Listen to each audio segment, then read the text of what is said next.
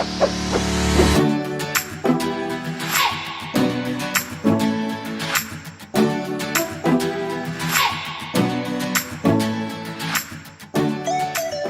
holding the Alt and Shift keys, you can move a robot tool.